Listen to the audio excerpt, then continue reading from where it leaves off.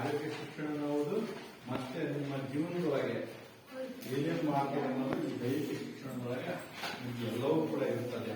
ಅದನ್ನು ನೀವು ಇದು ಜೀವನ ಶಿಕ್ಷಣ ನಿಮಗೆ ನಿಮ್ಮ ಜೀವನದೊಳಗೆ ಜೀವನ ಶಿಕ್ಷಣ ಬಹಳ ಮುಖ್ಯ. ಈಗ ನಾವು ಹೇಳ್ತಿರುವಾಗ ಲಕ್ಷ್ಯ ಕೊಟ್ಟು ನೀವೇ ಕೇಳಬೇಕು.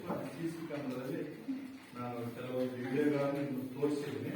ಆದ್ರೆ ನೀವು ಏನೋ ಮಾಡೋದು ಅಂತ ಆ ಕಡೆ ತಿರುಗಿ ನೋಡೋದು, ಈ ಕಡೆ ತಿರುಗಿ ನೋಡೋದು ಅಂಥವನ್ನು ಮಾಡಿದ್ರು. ಅದಿಲ್ಲದೆ ಒಂದು 25-30 ನಿಮಿಷ ಇರುತ್ತೆ. ನೀವು ವಿಷಯ ಜ್ಞಾನವನ್ನು ಸರಿಯಾಗಿ ತಿಳ್ಕೊಳ್ಬೇಕು. ಸ್ಟಾರ್ಟ್ ಮಾಡ್ತೇನೆ. 1 2 3 ಶ್ರೀ ಮಲ್ಲಿಕಾರ್ಜುನ ಸ್ವಾಮಿ ಪ್ರೌಢಶಾಲೆ ಆಗಲದಹಳ್ಳಿ. ವಿಷಯ ದೈಹಿಕ ಶಿಕ್ಷಣ, 9ನೇ ತರಗತಿ, ಅಧ್ಯಾಯ 9 ಅಷ್ಟಾಂಗ ಯೋಗ. ಇದು ಯೋಗದಲ್ಲಿ ಯೋಗ ಅಂತಂದ್ರೆ ಮೊದಲು ಬಹಳ ಮುಖ್ಯವಾಗಿರ್ತಕ್ಕಂಥದ್ದು ಆಂತರಿಕವಾಗಿ, ಅಂದ್ರೆ ನಮ್ಮ ಮನಸ್ಸನ್ನ ನೀಟಾಗಿ ಸ್ವಚ್ಛಗೊಳಿಸ್ತಕ್ಕಂಥದ್ದು, ಶಾಂತಿ, ಸಹನೆ, ಸಮಾಧಾನ ಇವೆಲ್ಲವನ್ನೂ ರೂಢಿಸಿಕೊಳ್ತಕ್ಕಂಥ ಒಂದು ಇದು ಈ ಒಂದು ಯೋಗದಲ್ಲಿ. ಈ ಯೋಗವನ್ನ ಯಾರು ಪಾಸ್ ಮಾಡ್ತಾರೆ, ಈ ರೀತಿಯಾಗಿರ್ತಕ್ಕಂಥ ಅಷ್ಟಾಂಗ ಯೋಗದೊಳಗೆ ನಾವು ನೋಡ್ತೀವಿ. ಇದು ಅಷ್ಟಾಂಗ ಯೋಗದ ಅರ್ಥ ಮತ್ತು ಪ್ರಾಮುಖ್ಯತೆಯನ್ನ ನಮಗೆ ತಿಳಿಸ್ತಕ್ಕಂಥದ್ದು ಮತ್ತು ಯೋಗಾಭ್ಯಾಸದಿಂದ ಲಾಭಗಳು ಏನು ಅಂತಕ್ಕಂಥದ್ದು. ಹಾಗೆ ಪ್ರಾಣಾಯಾಮದ ಪ್ರಕಾರ ನಮಗೆ ಏನು ಇದಾಗ್ತದೆ ಅಂತಕ್ಕಂಥದ್ದು ಮತ್ತು ಕಪಿಲಭಾತಿ, ಇಷ್ಟು ನಾವು ಇದರಲ್ಲಿ ಅಷ್ಟಾಂಗ ಯೋಗದೊಳಗೆ ಒಂದು ಅಧ್ಯಾಯದೊಳಗೆ ತಿಳಿದುಕೊಳ್ತಕ್ಕಂಥದ್ದು ಇರ್ತದೆ. ಅದಕ್ಕಿಂತ ಮುಂಚಿತವಾಗಿ ಯೋಗ ಮಾಡಿ ರೋಗವನ್ನು ದೂಡಿ ಅಂತಕ್ಕಂಥದ್ದು. ಮನುಷ್ಯ ಎಷ್ಟು ಮಟ್ಟಿಗೆ ಯೋಗಾಸನದಲ್ಲಿ ತೊಡಗಿರ್ತಾರೆ, ಆ ಯೋಗಾಸನದಲ್ಲಿ ತೊಡಗಿದಾಗ ಮತ್ತು ಯಾವ ರೀತಿಯಾಗಿ ಆರೋಗ್ಯವಂತರಾಗಿರ್ತಾರೆ ಅಂತಕ್ಕಂಥದ್ದು ನಮ್ಮ ಒಂದು ಆಂತರಿಕ ಒಂದು ಇದರಲ್ಲಿ ನಾವು ನೋಡ್ತಿರ್ತೀವಿ. ಹಾಗೆ ಆಂತರಿಕವಾಗಿ ನಮ್ಮ ಮನಸ್ಸು ಕೂಡ ಶುದ್ಧವಾಗಿರ್ತದೆ ಮತ್ತು ಸ್ವಚ್ಛತೆ ಇರ್ತದೆ ಮತ್ತು ಒಳ್ಳೆಯ ಒಂದು ವ್ಯಾಯಾಮವನ್ನ ಯೋಗದಲ್ಲಿ ನಾವು ನೋಡಬಹುದು. ಇದು ಪುರಾತನ ಕಾಲದಿಂದಲೂ ಯೋಗಾಭ್ಯಾಸವನ್ನ ಭಾರತದಲ್ಲಿ ಜೀವನದ ಒಂದು ಭಾಗವನ್ನಾಗಿ ಪಾಲಿಸುತ್ತಾ ಬಂದಿರುತ್ತದೆ. ಹಾಗೆ ಇದು ಸಕ್ರಿಯವಾಗಿ ಜೀವನ ಶೈಲಿ ಹಾಗೂ ದೈಹಿಕ ಚಟುವಟಿಕೆಗಳಲ್ಲಿ ಆಸಕ್ತಿ ಹೊಂದಿದವರು ಅತಿ ಸುಲಭವಾಗಿ ಯೋಗಾಸನವನ್ನ ಅಳವಡಿಸಿಕೊಳ್ಳಬಹುದು. ಆರೋಗ್ಯ ವೃದ್ಧಿಯಲ್ಲಿ ಯೋಗಾಭ್ಯಾಸದ ಪಾತ್ರ ಅಪಾರ. ಇತ್ತೀಚಿನ ದಿನಗಳಲ್ಲಿ ಯೋಗಾಸನ, ಪ್ರಾಣಾಯಾಮ ಹಾಗೂ ಧ್ಯಾನಗಳನ್ನೊಳಗೊಂಡ ಅಷ್ಟಾಂಗ ಯೋಗಕ್ಕೆ ಅಪಾರ ಮಾನ್ಯತೆಯನ್ನ ದೊರೆತಿದೆ. ಇದು ಅಷ್ಟಾಂಗ ಯೋಗದೊಳಗೆ ಅಪಾರವಾಗಿರ್ತಕ್ಕಂಥದ್ದನ್ನು ದೊರಕುತ್ತಿರ್ತಕ್ಕಂಥದ್ದು ಪ್ರಾಣಾಯಾಮ ಮತ್ತು ಇಲ್ಲಿ ಮುಖ್ಯವಾಗಿರ್ತಕ್ಕಂಥ ಒಂದು ಯೋಗಾಸನ, ಧ್ಯಾನ ಬಹಳ ಮುಖ್ಯವಾಗಿರ್ತಕ್ಕಂಥದ್ದು. ಇದು ಜೀವನದೊಳಗೆ ನಿಮಗೆ ಧ್ಯಾನ ಮಾಡೋದ್ರಿಂದ ಆಸಕ್ತಿ, ಜ್ಞಾನಾರ್ಜನೆ ಹೆಚ್ಚಾಗ್ತದೆ ಮತ್ತು ಉತ್ತಮವಾಗಿರ್ತಕ್ಕಂಥ ಒಂದು ಏನು ಮನಸ್ಸು ಏಕಾಗ್ರತೆ ಕೊಳ್ತಕ್ಕಂಥದ್ದು. ಈಗ ನಾವು ಜ್ಞಾನ ಸಂಪತ್ತನ್ನ ಹೆಚ್ಚಿಸಿಕೊಳ್ಳಬೇಕಾದ್ರೆ ನಮಗೇನಿರಬೇಕು? ಏಕಾಗ್ರತೆ ಬೇಕು. ಏಕಾಗ್ರತೆ ಅಂತಂದ್ರೆ ನಿಮ್ಮ ಮೈಂಡ್ ಗ್ರಾಸ್ಪಿಂಗ್ ಪವರ್ ಮತ್ತೆ ಇವೆಲ್ಲವೂ ಕೂಡ ಏನಾಗ್ತದೆ ಅಂದ್ರೆ ಹೆಚ್ಚಾಗ್ತಾ ಹೋಗ್ತದೆ. ಆ ಕಾರಣದಿಂದ ನೀವು ಈ ಯೋಗಾಸನದೊಳಗೆ ನಿಮಗೆ ಧ್ಯಾನ ಕೂಡ ಬಹಳಷ್ಟು ಮುಖ್ಯವಾಗಿರ್ತಕ್ಕಂಥದ್ದು. ಜೊತೆಗೆ ಪ್ರಾಣಾಯಾಮ ಅಂತಕ್ಕಂಥದ್ದು ಉಸಿರಾಟದ ಕ್ರಿಯೆಗಳು ನಿರಂತರವಾಗಿ ರೇಚಕ, ಪೂರಕ, ಕುಂಭಕ ಇದ್ರ ಮುಖಾಂತರ ನಿಮಗೆ ಉಸಿರಾಟದ ಕ್ರಿಯೆಗಳು ನಡೆಯುವುದರಿಂದ ಆ ಒಂದು ಇದು ಆಂತರಿಕವಾಗಿರ್ತಕ್ಕಂಥ ಶಕ್ತಿ ಹೆಚ್ಚಾಗ್ತದೆ. ನಾವು ದೈಹಿಕ ಶಿಕ್ಷಣದೊಳಗೆ ಆಟಗಳು, ಪಾಠಗಳು, ಈ ಚಟುವಟಿಕೆಗಳ ಮುಖಾಂತರ ನಿಮ್ಗೆ ಏನಾಗ್ತದೆ ಭವ್ಯವಾಗಿ ದೇಹವನ್ನ, ಸ್ನಾಯುಗಳನ್ನ ನಾವು ಏನು ಗಟ್ಟಿ ಮಾಡಬಹುದು. ಆದರೆ ಆಂತರಿಕ ಶಕ್ತಿಯನ್ನ ಹೆಚ್ಚು ಮಾಡತಕ್ಕಂಥದ್ದು ಇದು ಧ್ಯಾನದಲ್ಲಿದೆ. ಆ ಕಾರಣದಿಂದ ಯೋಗಾಸನದಲ್ಲಿದೆ. ಈ ಯೋಗಾಸನವನ್ನ ನೀವು ಏನ್ ಮಾಡ್ಬೇಕಂದ್ರೆ ಜೀವನದೊಳಗೆ ರೂಢಿಸಿಕೊಳ್ಬೇಕು. ಯಾವ ರೀತಿಯಾಗಿ ರೂಢಿಸಿಕೊಳ್ಬೇಕು ಅಂತಂದ್ರೆ ಬೆಳಿಗ್ಗೆ ನೀವು ಸೂರ್ಯ ಉದಯವಾಗೋದಕ್ಕೂ ಮುಂಚೆ ನೀವು ವಾಕ್ ಮಾಡೋದು, ಯೋಗ ಮಾಡೋದು, ಈ ಒಂದು ಅಭ್ಯಾಸವನ್ನ ಇಟ್ಕೊಳ್ಬೇಕು. ಜೊತೆಗೆ ಇಲ್ಲಿ ಕೂಡ ನೀವು ಬಂದಾಗ ಶಿಕ್ಷಕರು ಬರೋದ್ರೊಳಗೆ ನೀವು ಒಂದು 2 ನಿಮಿಷ 3 ನಿಮಿಷ ಧ್ಯಾನವನ್ನ ಮಾಡಬೇಕು. ಇಲ್ಲಿ ಕೂಡ ಸಮಯವನ್ನ ಸದುಪಯೋಗ ಪಡಿಸಿಕೊಳ್ಳದೆ ನೀವು ಉಪಯೋಗವನ್ನ ಮಾಡಿಕೊಳ್ಳಲಿಕ್ಕೆ ಬಹಳಷ್ಟು ಸಮಯ ಇದೆ. ನಿಮ್ಮ ಆರೈಕೆ ನಿಮ್ಮ ಕೈಯಲ್ಲಿ ಇರುತ್ತದೆ. ಆದರೆ ನೀವು ಯಾವ ರೀತಿಯಾಗಿ ನಿಮ್ಮ ಜೀವನದೊಳಗೆ ಅಳವಡಿಸಿಕೊಳ್ತಾ ಹೋಗ್ತೀರಿ, ಯಾವ ರೀತಿಯಾಗಿ ನೀವು ರೂಢಿಸಿಕೊಳ್ತಾ ಹೋಗ್ತೀರಿ, ಆ ರೀತಿಯಾಗಿರ್ತಕ್ಕಂಥದನ್ನ ನೀವು ನಿಮ್ಮ ಒಂದು ಜೀವನ ಶೈಲಿ ನೀವು ನೋಡಿಕೋಬಹುದು ಅಂತಕ್ಕಂಥದನ್ನ ಈ ಸಂದರ್ಭದಲ್ಲಿ ಹೇಳ್ತಾ, ಅಷ್ಟಾಂಗ ಯೋಗದ ಅರ್ಥ ಮತ್ತು ಪ್ರಾಮುಖ್ಯತೆ. ಅಷ್ಟಾಂಗ ಯೋಗದ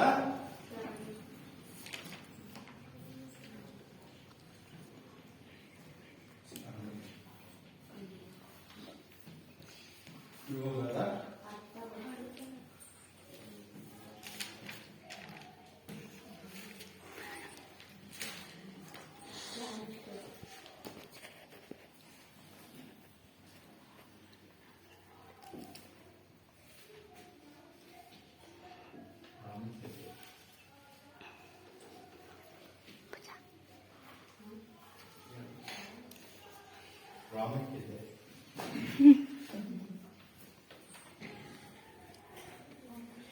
ಅಷ್ಟಾಂಗ ಯೋಗದ ಅರ್ಥ ಮತ್ತು ಪ್ರಾಮುಖ್ಯತೆ.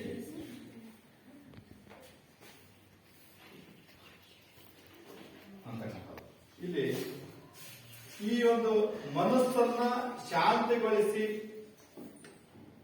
ವರ್ತಮಾನದಲ್ಲಿ ದೇಹ ಹಾಗೂ ಮನಸ್ಸು ಏಕಾಗ್ರತೆಗೊಳ್ಳುವುದು ಯೋಗದ ಗುರಿ. ಈ ಗುರಿಯನ್ನ ಸಾಧಿಸಲು ಹಲವಾರು ಮಾರ್ಗಗಳು ಯೋಗ ಪಿತಾಮಹರಾದ ಶ್ರೀ ಪತಂಜಲಿ ಮುನಿಗಳು ತಮ್ಮ ಯೋಗ ಸೂತ್ರ ಎಂಬ ಗ್ರಂಥದಲ್ಲಿ ಮುಖ್ಯವಾದ 4 ಪಥಗಳನ್ನ ಉಲ್ಲೇಖಿಸಿದ್ದಾರೆ. ಅವುಗಳಲ್ಲಿ ಯೋಗ ಪಥಗಳೆಂದು ಕರೆಯುತ್ತಾರೆ. ಆ ಯೋಗ ಪಥಗಳು ಎಂದರೆ ಒಂದು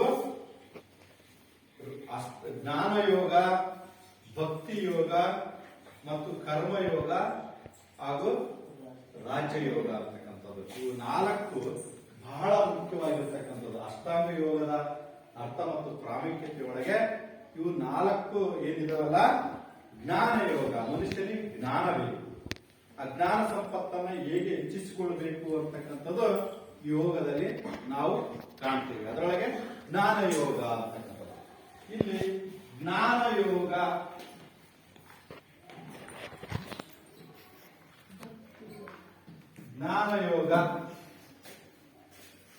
ಎರಡನೇದು ಭಕ್ತಿ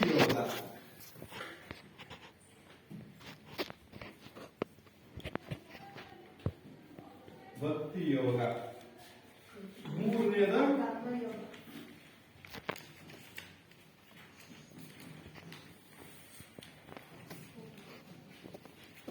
ಕರ್ಮಯೋಗ, ರಾಜಯೋಗ.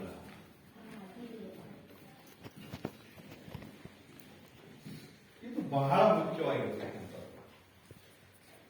ಇವುಗಳಲ್ಲಿ ಮನಸ್ಸು ಪಳಗಿಸಲು, ನಿಯಂತ್ರಿಸಲು ಸಾಧನ ಪಥದಲ್ಲಿ ಹಂತವಾಗಿ ಮೇಲೇರಬೇಕಾಗುತ್ತದೆ. ಅದಕ್ಕಾಗಿ ಮನುಷ್ಯನ ಸ್ವಭಾವ, ನಡವಳಿಕೆಗಳು ಮೂಲ ನಿಯಂತ್ರಣ ಕೇಂದ್ರವಾಗಿರುವುದು ಉಸಿರಾಟ ಹಾಗೂ ಮನಸ್ಸಿನ ಮೇಲೆ ನಿಯಂತ್ರಣ ಸಾಧಿಸುವ ಮೂಲಕ ಗುರಿ ತಲುಪುವ ಮಾರ್ಗವನ್ನ ನಾವು ರಾಜಯೋಗ ಅಂತ ಕರಿತೀವಿ. ಇಲ್ಲಿ ಇಷ್ಟು ನಿಮಗೆ ಮುಖ್ಯವಾಗಿರ್ತಕ್ಕಂಥದ್ದನ್ನು ನಾವು ಜ್ಞಾನ ಯೋಗ, ಭಕ್ತಿ ಯೋಗ ಮತ್ತು ಕರ್ಮಯೋಗ, ರಾಜಯೋಗದಲ್ಲಿ ಕಾಣ್ತೇವೆ. ಮತ್ತು ಅದರ ಜೊತೆಗೆ ಮುಖ್ಯವಾಗಿರ್ತಕ್ಕಂಥ ಮನುಷ್ಯನಿಗೆ ಇದು ಉಸಿರಾಟ ಮತ್ತು ಮನಸ್ಸಿನ ಮೇಲೆ ನಿಯಂತ್ರಣ ಸಾಧಿಸತಕ್ಕಂಥ ಮೂಲ ಗುರಿ ತಲುಪೋದು ರಾಜಯೋಗದಲ್ಲಿ. ಇಲ್ಲಿ ಪತಂಜಲ ಮುನಿಗಳು ರಾಜಯೋಗದಲ್ಲಿ 8 ಮೆಟ್ಟಿಲುಗಳನ್ನ ಸೂಚಿಸಿ ಇದನ್ನು ಅಷ್ಟಾಂಗ ಯೋಗ ಅಥವಾ ಅಷ್ಟಾಂಗ ಮಾರ್ಗ ಎಂದು ಕರೆಯುತ್ತಾರೆ. ಆ 8 ಮೆಟ್ಟಿಲುಗಳು ಯಮ, ನಿಯಮ, ಆಸನ, ಪ್ರಾಣಾಯಾಮ, ಪ್ರತ್ಯಾಹಾರ, ಧಾರಣ, ಧ್ಯಾನ, ಸಮಾಧಿ ಎಂದು ಉಲ್ಲೇಖಿಸಿದ್ದಾರೆ. ಇವು ಬಹಳ ಮುಖ್ಯವಾಗಿರತಕ್ಕಂಥ 8 ಅಷ್ಟಾಂಗ ಯೋಗಗಳು ಮತ್ತು ಅಷ್ಟಾಂಗ ಮಾರ್ಗಗಳು ಅಂತ ಇದನ್ನ ಕರೀತಾರೆ. ಹಾಗೆ ಇಲ್ಲಿ ಮುಖ್ಯವಾಗಿರ್ತಕ್ಕಂಥದ್ದು ಏನಪ್ಪಾ ಅಂತಂದ್ರೆ ಅಷ್ಟಾಂಗ ಮಾರ್ಗದೊಳಗೆ ಯಮ. ಯಮ ಅಂತಂದ್ರೆ ಇಲ್ಲಿ ಒಂದು ಯಮ. ಯಮ ಏನು? ನಾವು ಉತ್ತಮ ಸಾಮಾಜಿಕ ವ್ಯಕ್ತಿತ್ವವನ್ನ ಬೆಳೆಸಲು ಕೆಲವು ಉತ್ತಮ ನಡೆಗಳನ್ನ ಅನುಸರಿಸಬೇಕು. ಅವುಗಳು ಯಮ ಪಂಚಕಗಳೆಂದು ಕರೆಯುತ್ತೇವೆ. ಅವುಗಳೆಂದರೆ ಇಲ್ಲಿ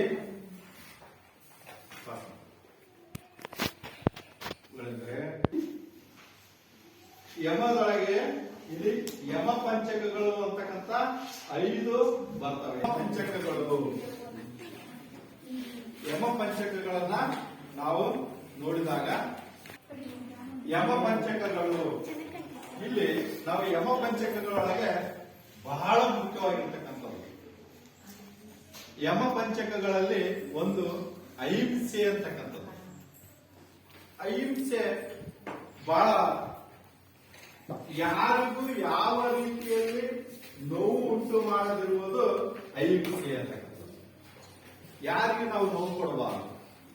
ತಂದೆ ತಾಯಿಗಳಿಗಾಗಿರ್ಬೋದು, ಶಾಲೆಯ ಗುರುಗಳಿಗಾಗಿರ್ಬೋದು, ಮತ್ತು ಸ್ನೇಹಿತರಿಗಾಗಿರ್ಬೋದು, ಮತ್ತು ಅಕ್ಕಪಕ್ಕದವರಿಗಾಗಿರ್ಬೋದು, ಅಥವಾ ಸಮಾಜದಲ್ಲಿ ಆಗಿರ್ಬೋದು, ಯಾರಿಗೂ ಕೂಡ ನೋವು ಆಗದ ರೀತಿಯಲ್ಲಿ ಇರ್ತಕ್ಕಂಥದ್ದನ್ನ ನಾವು ಯಮ ಪಂಚಕದೊಳಗೆ ಅಹಿಂಸೆ ಅಂತ ಕರಿತೀವಿ.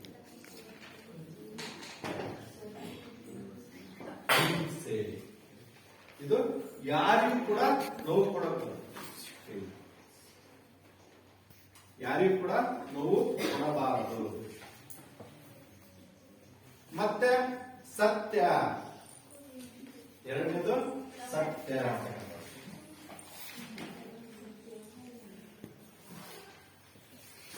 ಸಹಜವಾದ ವಸ್ತುಸ್ಥಿತಿಯನ್ನ ಅಥವಾ ವಿಷಯವನ್ನ ನೇರವಾಗಿ ಪ್ರಸ್ತುತಪಡಿಸುವುದನ್ನ ಸತ್ಯ ಎನ್ನುತ್ತಾರೆ. ನೀವು ಹೇಳ್ತಿರ್ತೀವಿ ಇದ್ದಂಗೆ ಹೇಳಿದ್ರೆ ಏನು ಅದು ಸತ್ಯ ಅಂತಕ್ಕಂಥದ್ದು. ಏನಿರುತ್ತೋ ಅದನ್ನ ಹೇಳ್ತಕ್ಕಂಥದ್ದು. ಸತ್ಯ ಸಹಜವಾದ ವಸ್ತು ಆಗಿರ್ಬೋದು, ಸ್ಥಿತಿಯನ್ನಾಗಿರ್ಬೋದು, ಅಥವಾ ವಿಷಯವನ್ನಾಗಿರ್ಬೋದು ನೇರವಾಗಿ ಪ್ರಸ್ತುತಪಡಿಸುವುದನ್ನ ಸತ್ಯ ಎನ್ನುತ್ತೇವೆ. ಸತ್ಯವನ್ನ ನಾವು ನುಡಿಯಬೇಕು. ಮತ್ತು ಅಸ್ಥೇಯ, ಕಳ್ಳತನ ಮಾಡದಿರುವುದು. ಅಸ್ಥೇಯ ನಮ್ಮದಲ್ಲದ ವಸ್ತು ಹಾಗೂ ವಿಷಯಗಳನ್ನ ಬಯಸದೆ ಹಾಗೂ ಪಡೆಯದೇ ಇರುವುದು ಎಂದು ಅರ್ಥ. ಇದು ಅಸ್ಥೇಯ ಅಂತಕ್ಕಂಥದ್ದು. ಅಸ್ಥೇಯ. ಅದೇ ರೀತಿಯಾಗಿ 4ನೇದು ಬ್ರಹ್ಮಚಾರಿ ಅಂತ. ದೈಹಿಕ, ಮಾನಸಿಕ ಹಾಗೂ ಇಂದ್ರಿಯ ನಿಗ್ರಹವೇ ಬ್ರಹ್ಮಚಾರಿ. ಅದೇ ರೀತಿ ಅಪರಿಗ್ರಹ ಅಂತಕ್ಕಂಥದ್ದು. ಅಗತ್ಯಕ್ಕಿಂತ ಹೆಚ್ಚು ಸಂಗ್ರಹಿಸದಿರುವುದು ಅಥವಾ ಸ್ವೀಕರಿಸಿರುವುದನ್ನ ನಾವು ಇವನ್ನ ಯಮ ಪಂಚಕಗಳು ಎಂದು ಕರೆಯುತ್ತೇವೆ. ಯಮ ಪಂಚಕಗಳು ಎಂದು ಕರೆಯುತ್ತೇವೆ. ಇಲ್ಲಿ ಮುಖ್ಯವಾಗಿರ್ತಕ್ಕಂಥದ್ದು 2ನೇದು ನಿಯಮ. ಇಲ್ಲಿ ನಿಯಮದೊಳಗೆ ಏನ್ ಬರುತ್ತೆ ಅಂತಂದ್ರೆ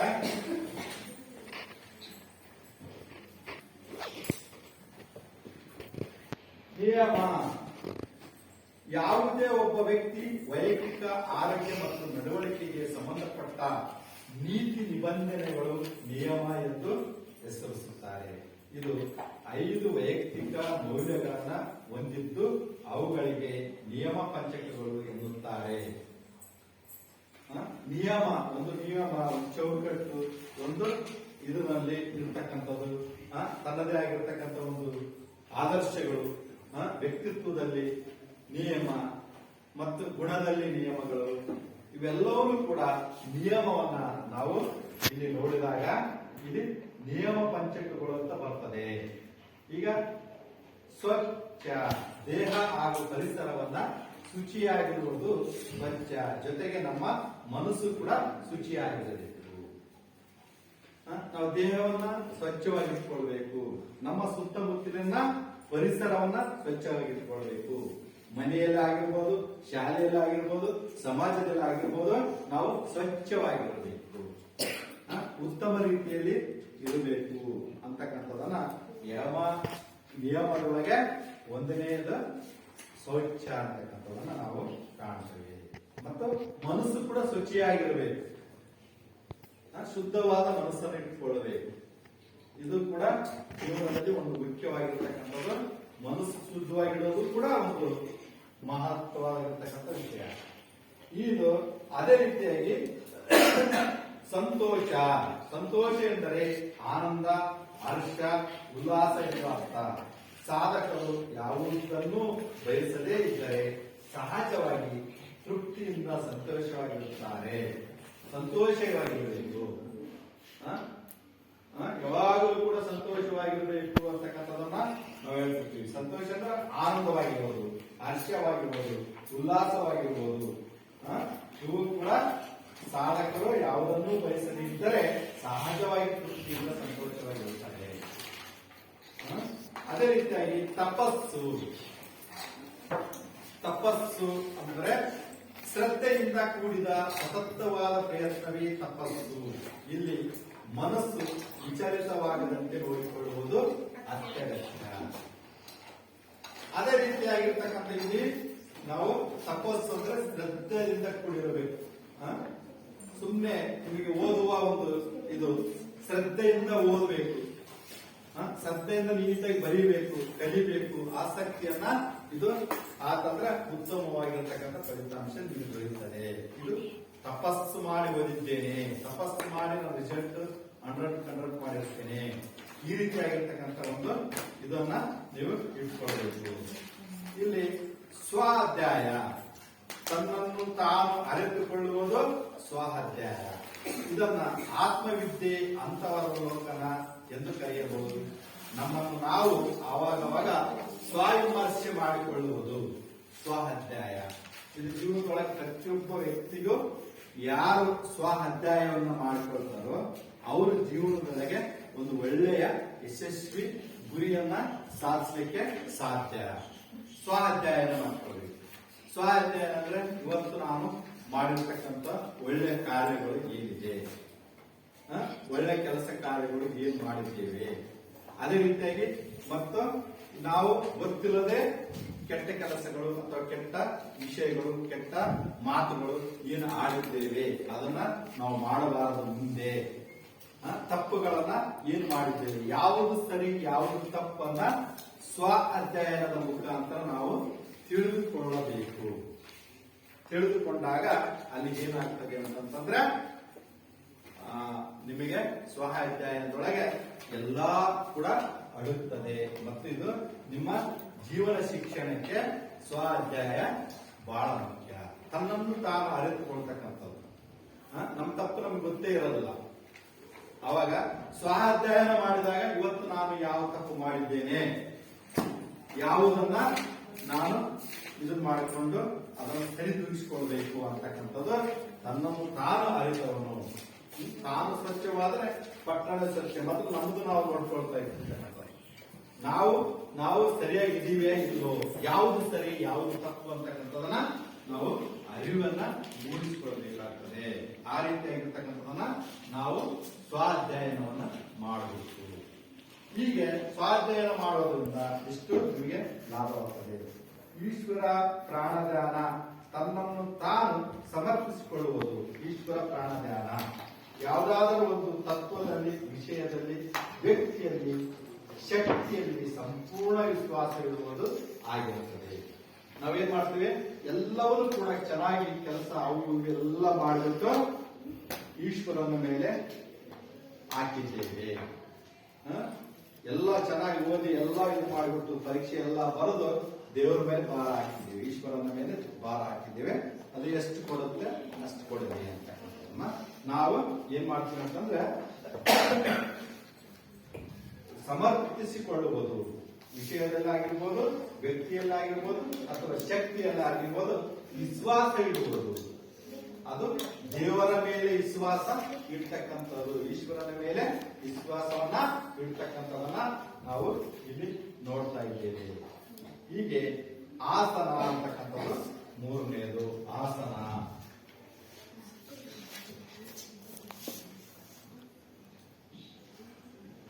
ಆಸನ ಇಲ್ಲಿ ಆಸನ ಅಂತಕ್ಕಂಥದ್ದು ಏನಪ್ಪ ಅಂತಂದ್ರೆ ರಾಜಯೋಗದ ಮೂರನೇ ಮೆಟ್ಟಲು ಆಸನ. ಶರೀರದ ನಿಲುವುಗಳನ್ನು ಆಸನ ಎನ್ನುವರು. ಶರೀರ ನಿಶ್ಚಲವಾಗಿ ಸುಖಕರವಾಗಿ ದೀರ್ಘಕಾಲ ಒಂದು ಭಂಗಿಯನ್ನ ಇರುವಂತೆ ಮಾಡಲು ಆಸನಗಳು ಅಭ್ಯಾಸ ಅತ್ಯಗತ್ಯ. ಆಸನಗಳ ಬಗ್ಗೆ ಹೆಚ್ಚಿನ ವಿವರವನ್ನು ಪ್ರತ್ಯೇಕವಾಗಿ ಕಲಿಯುವುದು. ಈಗ ಆಸನಗಳು ಯೋಗಾಸನದಲ್ಲಿ ಪ್ರತ್ಯೇಕವಾಗಿ ಪದ್ಮಾಸನ, ವಜ್ರಾಸನ, ಸುಖಾಸನ ಇವೆಲ್ಲ ಆಸನಗಳನ್ನ ನಾವು ಏನ್ ಮಾಡ್ತೀವಿ ಅಂತಂದ್ರೆ ಶಾರೀರಿಕ ನಿಶ್ಚಲವಾಗಿ ಸುಖದಾಯಕವಾಗಿರ್ತಕ್ಕಂಥದನ್ನ ನಾವು ಅದರ ಮೇಲೆ ಆಸಕ್ತಿಯಿಂದ ಕಲಿತಕ್ಕಂಥದನ್ನ ನಾವು ನೋಡ್ತಾ ಇದ್ದೇವೆ. ಈ ರೀತಿಯಾಗಿರ್ತಕ್ಕಂಥದನ್ನ ನಾವು ದೀರ್ಘಕಾಲ ಒಂದು ಭಂಗಿಯಲ್ಲಿ ಇರುವಂತೆ ಮಾಡುವ ಆಸನಗಳು. ಈ ಪದ್ಮಾಸನದಲ್ಲಿ ಕುತ್ಕೊಂಡಿವಿ ಅಂತಂದ್ರೆ ಬಹಳ ಹೊತ್ತು ಪದ್ಮಾಸನದಲ್ಲೇ ಕುತ್ಕೋಬೇಕು. ಅವಾಗ ಏನಾಗ್ತದೆ, ಅದನ್ನು ದೀರ್ಘವಾಗಿ ಪ್ರಾಕ್ಟೀಸ್ ಮಾಡ್ಕೊಳ್ತಾರೆ. ಫಸ್ಟಿಗೆ 1 ನಿಮಿಷ ಕುತ್ಕೊಳ್ಳೋಕೆ ಬರಲ್ಲ, ಆಮೇಲೆ 2 ನಿಮಿಷ, ಹಾಗೆ 3 ನಿಮಿಷ ಹಿಂಗ್ ಕುತ್ಕೊಳ್ಳೋದನ್ನ ಪ್ರಾಕ್ಟೀಸ್ ಮಾಡ್ತಾ ಮಾಡ್ತಾ ನೀವು ಸುಮಾರು ಹೊತ್ತು ಕುತ್ಕೋಬಹುದು, 1 ಗಂಟೆ ಕುತ್ಕೋಬಹುದು. ಈ ತರ ಕುತ್ಕೊಳ್ತಕ್ಕಂಥದನ್ನ ನಾವು ಏನ್ ಮಾಡಬೇಕು, ಪ್ರಾಕ್ಟೀಸ್ ಮಾಡ್ತಾ ಮಾಡ್ತಾ. ಹಾಗೆ ಪ್ರಾಣಾಯಾಮ 4ನೇ ಪ್ರಾಣಾಯಾಮ.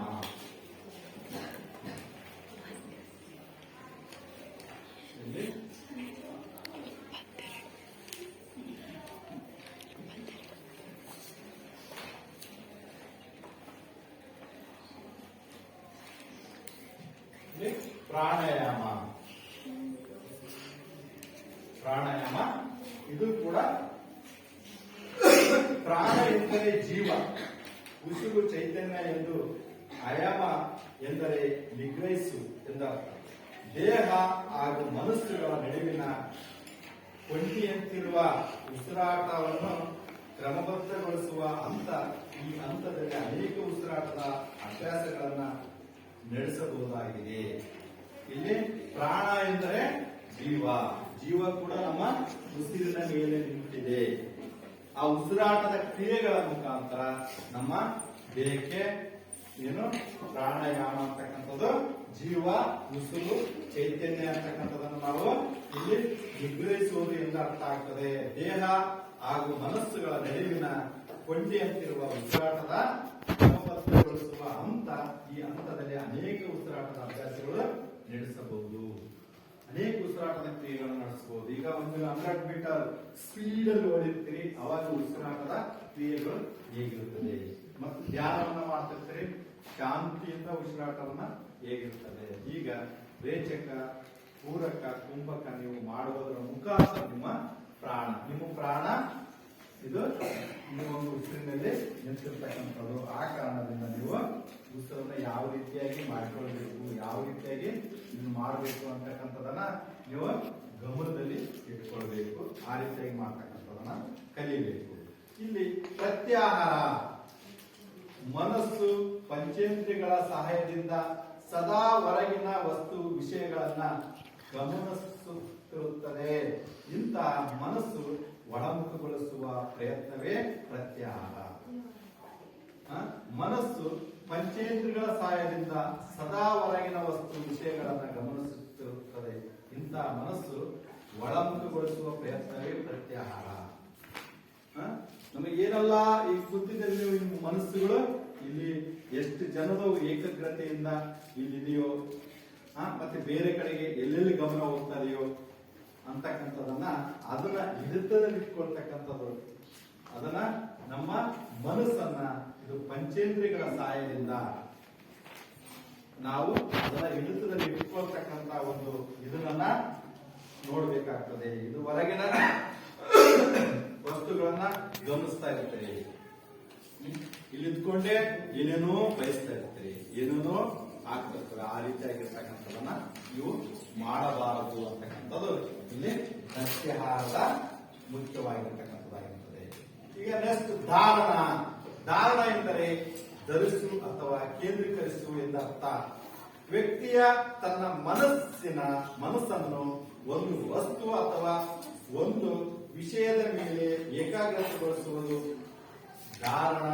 ಮನಸ್ಸು ಕೇಂದ್ರೀಕರಿಸುವ ಅಚಲವಾದ ಒಂದು ಕ್ರಿಯೆ ಧಾರಣ ಅಂತಕ್ಕಂಥದ್ದು. ಇಲ್ಲಿ ನಿಮ್ಮ ಧಾರಣ ಅಂತಂದ್ರೆ ವ್ಯಕ್ತಿಯ ತನ್ನ ಮನಸ್ಸು ಒಂದು ವಸ್ತು ಅಥವಾ ಒಂದು ವಿಷಯದ ಮೇಲೆ ಏಕಾಗ್ರತೆಗಳನ್ನ ಇದು ಮಾಡ್ತಕ್ಕಂಥದ್ದು. ಈಗ ಒಂದು ವಿಷಯ ಅಷ್ಟಾಂಗ ವೇಗದ ಮೇಲೆ ನಾವು ಕೇಂದ್ರೀಕರಿಸ್ತಕ್ಕಂಥದ್ದು. ಈಗ ನಾವು ಹೇಳ್ತಕ್ಕಂಥದನ್ನ ನೀವು ಯಾರು ಚೆನ್ನಾಗಿ ಕೇಂದ್ರೀಕರಿಸ್ತೀರೋ, ಯಾರು ಒಳ್ಳೆ ರೀತಿಯಲ್ಲಿ ನೀವು ಕೇಳ್ತೀರಿ, ಅವಾಗ ನಿಮ್ಗೆ ಏನಾಗ್ತದೆ, ಅಲ್ಲಿ ನಿಮಗೆ ವಿಷಯಗಳು ಸರಿಯಾದ ರೀತಿಯಲ್ಲಿ ಗೊತ್ತಾಗ್ತದೆ.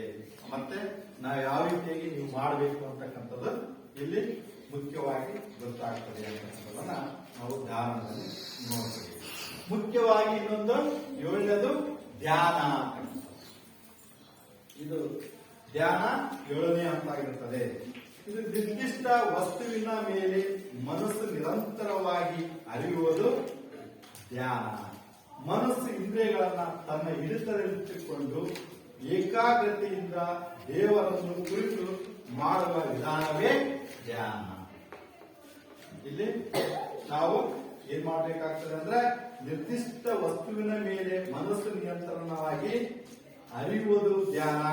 ಮನಸ್ಸು ಇಂದ್ರಿಯಗಳನ್ನ ತನ್ನ ಹಿಡಿತದಲ್ಲಿಟ್ಟುಕೊಂಡು ಏಕಾಗ್ರತೆಯಿಂದ ದೇವರನ್ನು ಕುರಿತು ಮಾಡುವ ವಿಧಾನವೇ ಧ್ಯಾನ.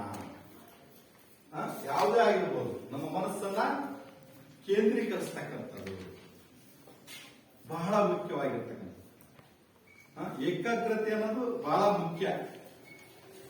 ಏಕಾಗ್ರತೆಯಿಂದ ಧ್ಯಾನದಿಂದ ಏನೆಲ್ಲ ಸಾಧ್ಯ ಮಾಡಬಹುದು.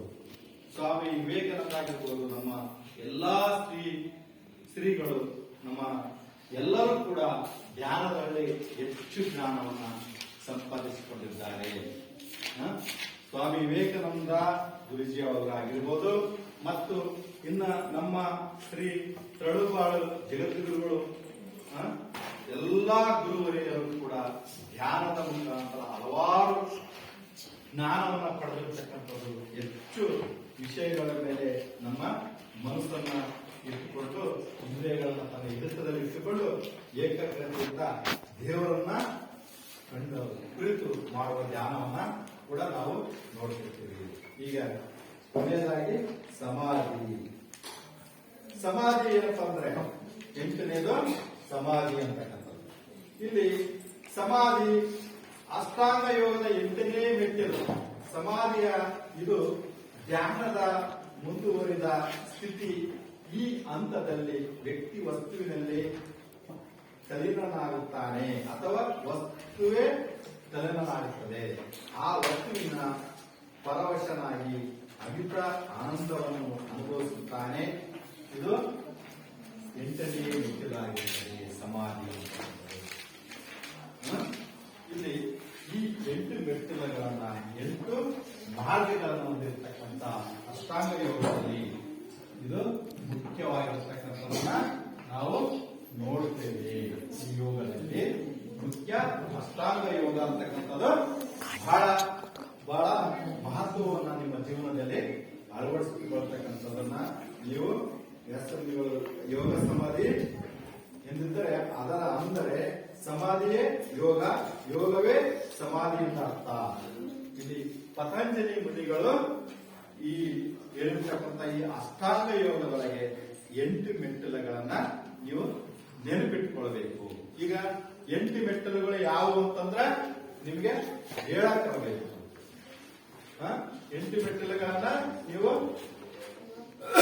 ಯಮ, ನಿಯಮ, ಆಸನ, ಪ್ರಾಣಾಯಾಮ, ಪ್ರತ್ಯಾಹಾರ, ಧಾರಣ, ಧ್ಯಾನ, ಸಮಾಧಿ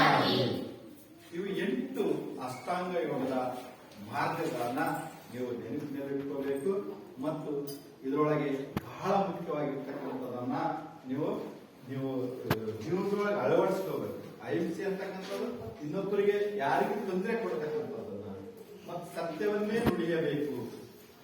ಸುಳ್ಳನ್ನ ಹೇಳಬಾರದು. ನಿಮ್ಮ ಬಾಲ್ಯ ಜೀವನದೊಳಗೆ ಯಾವತ್ತೂ ಕೂಡ ಸುಳ್ಳನ್ನ ಹೇಳಬಾರದು, ಕಳ್ತನ ಮಾಡಬಾರದು, ಕೆಟ್ಟದನ್ನ ಮಾತನಾಡಬಾರದು.